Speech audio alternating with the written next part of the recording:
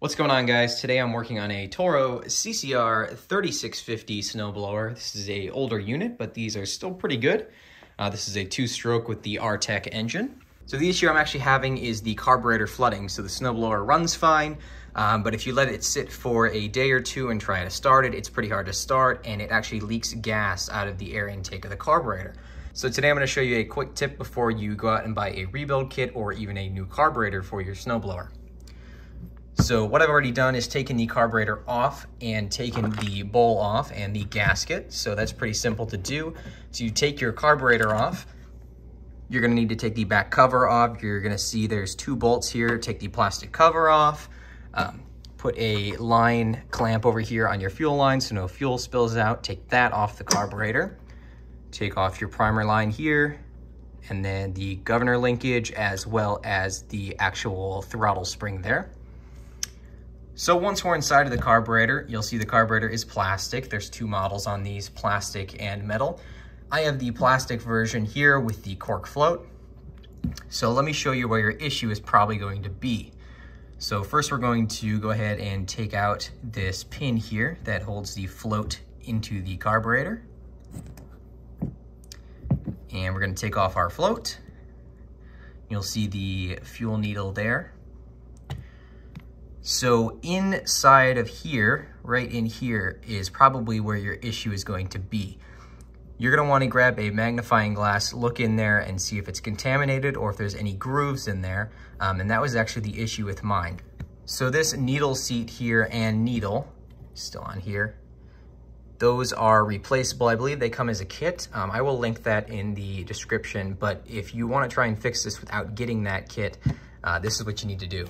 So you're gonna wanna go to your drugstore, go in the makeup department, and find yourself some cosmetic swabs. These are perfect because they're conical here. It's gonna be awesome to clean out our needle seat. And then grab your 10-year-old dried up brass polish. Perfect. Probably any metal polish is gonna work, but this is what I have. So go ahead and get that chucked up in your drill, get a little bit of metal polish on there, and you're basically just gonna wanna put that all the way in there. Do that for, I don't know, 15 to 30 seconds and then take a look at it. So that was just a demonstration. I've already cleaned this one out and it's nice and shiny in there. And then clean that out with some carburetor cleaner. Make sure you get any of that polish out of there. And what that's actually gonna do is get any contaminants out that's gonna stop this needle from seating. So you're also going to want to inspect your needle here. There's a little rubber tip on it. Again, make sure there's no grooves in that tip and that the needle is clean and that the rubber isn't all dried up. And that is what I did to fix my issue. And then when you go and reassemble it, there's one more key thing that you need to do here. Get that pin in.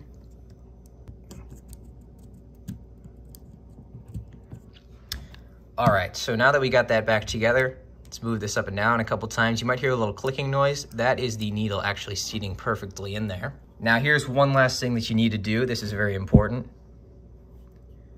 So if you look here, with the float down against this top flange, the top of that float needs to be about 1/2 inch. That's gonna be your float level. So if you're off, not 1/2 inch, you're just gonna wanna hold this and bend this float up and down a little bit until you get that 1/2 inch from this flange to the top of the cork, and that's gonna be a good float level right there. There's one last thing that you wanna check here, and that's the gasket that goes between the carburetor and the bowl. Just make sure that's not falling apart or anything. Mine still looks pretty good, so we'll get that back on there. And that's all there is to it. You're gonna put your carburetor back together, put the bowl back on. This is plastic, don't over tighten these too much. They just kind of self-tap themselves into the plastic. You don't want to strip that out.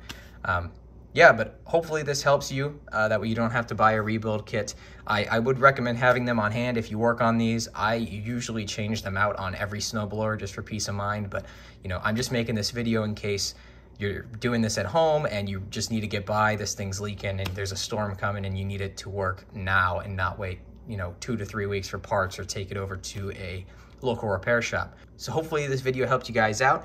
Make sure you like, comment, and subscribe. I'm going to be posting more repair videos. I do mobile repairs on these. Hopefully I can share some more tips with you guys. Thanks.